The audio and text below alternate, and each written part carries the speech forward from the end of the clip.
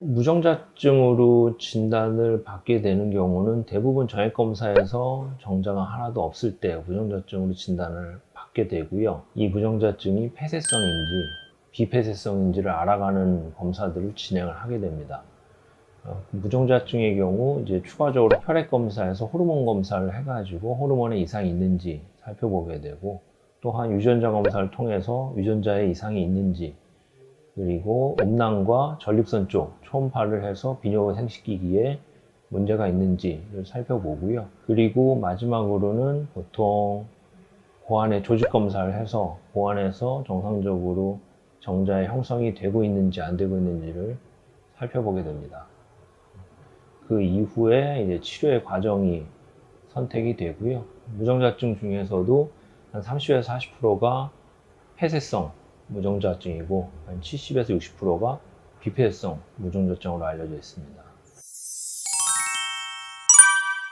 폐쇄성 무정자증의 경우는 이제 고안에서 정자가 잘 만들어지지만 나오는 길에 문제가 생겨서 발생을 한 거기 때문에 이제 수술적인 방법으로 교정이 가능한 경우도 있고 수술적인 방법으로 교정이 불가능한 경우도 있습니다.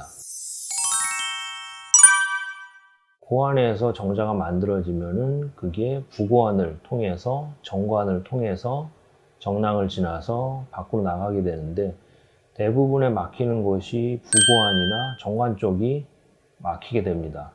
그럼 수술을 하면서 이제 해당 부위를 살펴보고 이제 막힌 부분이 있으면은 막힌 부분을 건너뛰어서 이제 부고안과 정관을 다시 이어주어서 바로 이제 정자가 나갈 수 있도록 합니다. 수술을 성공적으로 되면은 자연 임신도 가능하게 되고요. 만약에 수술적으로 교정이 불가능하거나 해박적으로 제대로 만들어지지 않은 경우도 있기 때문에, 그런 경우에는 고안에서 직접 정자를 채취해서 인공수정이나 시험관항을 통해서 임신을 시행하게 됩니다. 일반적인 고안 내 정자 채취술은 저희 비뇨기과 같은 경우에는 주로 고안을 열어서 진행을 하게 되는데요. 고안 쪽에 국소 마취를 일부 하고 절개를 한 1cm 정도 한 다음에 이제 고안 내에 백막을 한 5mm 정도 추가적으로 더 열고, 거기에서 이제 고안의 조직을 채취하고 그거를 이제 냉동을 하게 되며 나머지 그 열었던 백막하고 피부는 다시 봉합을 하게 됩니다. 국소 마취로 진행을 하게 되고 시간은 한 20분에서 30분 정도 소요됩니다. 마취를 하면은 그 절개할 때 통증은 없는데, 이제 고안의 백막 같은 경우는 마취가 좀 잘 안 되는 경우가 있어가지고 고안의 백막을 절개할 때는 그 고안을 맞았을 때 통증, 이렇게 아랫배 아픈 이렇게 묵직한 느낌을 좀 느낄 수는 있습니다. 비폐쇄성 무정자증일 경우에는 고안에서 정자를 잘 못 만드는 경우가 이렇게 비폐쇄성 무정자증이라고 그러는데, 이런 경우에는 고안에서 정자 찾는 거를 수술적인 방법으로 할 수가 있는데요.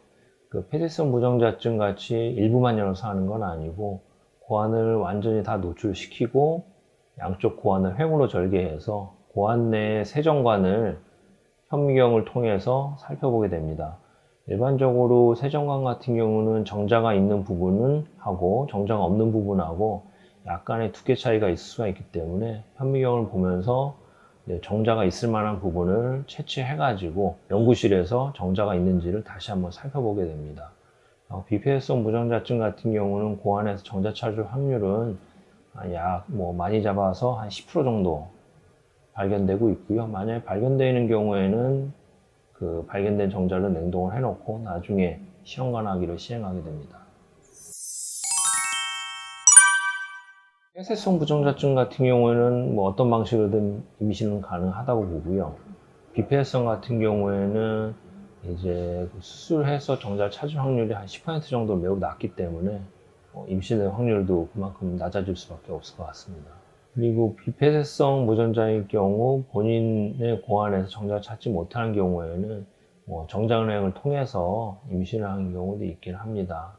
아직 국내에 그렇게 정자은행이 많지는 않지만 현재 국가에서도 필요성에 대해서 생각을 하고 있고, 여러 병원에서도 이제 정자를 기증받으려고 하고 있으니까요. 그런 방법도 있는 걸 알고 계셨으면 좋겠습니다.